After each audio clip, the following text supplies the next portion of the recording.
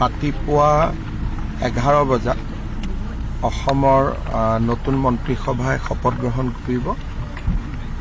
অহা 10 তাৰিখে ৰাতিপুৱা 10 বজাত ভাৰতীয় জনতা পাৰ্টি বিধায়িনী দলৰ বৈঠক হ'ব।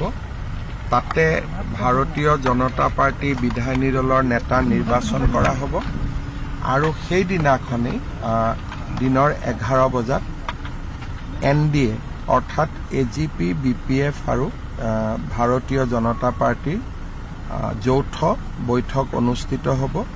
তাতে NDA নেতা নিৰ্বাচন হ'ব। 12 বজাত অসমৰ ৰাজ্যপালক সাক্ষাৎ কৰি চৰকাৰ গঠনৰ অনুমতি দিবলৈ অনুৰোধ জনোৱা হ'ব আৰু ৰাজ্যপাল মহোদয়ে অনুমোদন দিয়াৰ লগে লগে চৰকাৰ গঠনৰ প্ৰক্ৰিয়াও আৰম্ভ হ'ব আৰু 12 তাৰিখে 11 বজাত প্ৰধানমন্ত্ৰী নৰেন্দ্ৰ মোদী ডাঙৰীয়াৰ উপস্থিতিত শপত গ্ৰহণ অনুষ্ঠান অনুষ্ঠিত হ'ব। আৰু কোন কোন মুখ্যমন্ত্ৰী ইয়াতে আমাৰ প্ৰায় 20খন ৰাজ্যৰ মুখ্যমন্ত্ৰী উপমুখ্যমন্ত্ৰীসকল অহাৰ সম্ভাৱনা আছে। দেশৰ কেইবাজনো উদ্যোগপতি অহাৰ সম্ভাৱনা আছে। আমাৰ অসমৰ সত্ৰাধিকাৰ প্ৰভু ঈশ্বৰসকল অহাৰ সম্ভাৱনা আছে আৰু ভাৰতীয় জনতা পাৰ্টি আৰু অসম গণ পৰিষদৰ বুথ কমিটিসমূহৰ সভাপতিসকলকো বা আমাৰ গাঁও পঞ্চায়তৰ নিৰ্বাচিত প্ৰতিনিধিসকলকো এই অনুষ্ঠানত যোগদানৰ বাবে আমন্ত্ৰণ জনোৱা হৈছে।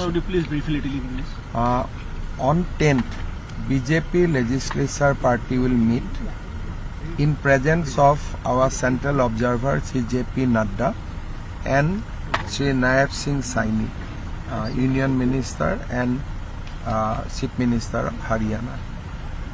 Once the leader is selected, it will be ratified by the NDA legislature party because we have two partners, Bodoland's People Front as well as Assam Gana Parishad. Once formality is over, then definitely the legislature party will select a delegation and delegation will go and meet Governor of Assam and stake claim to form the government. Once Governor extend invitation, the process of government formation will start immediately.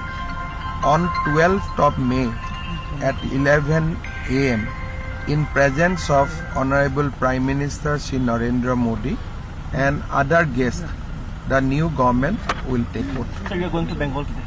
Yes, tomorrow is the oath. It is a historic. It will be a historical event. So I am going there to participate in the event tomorrow.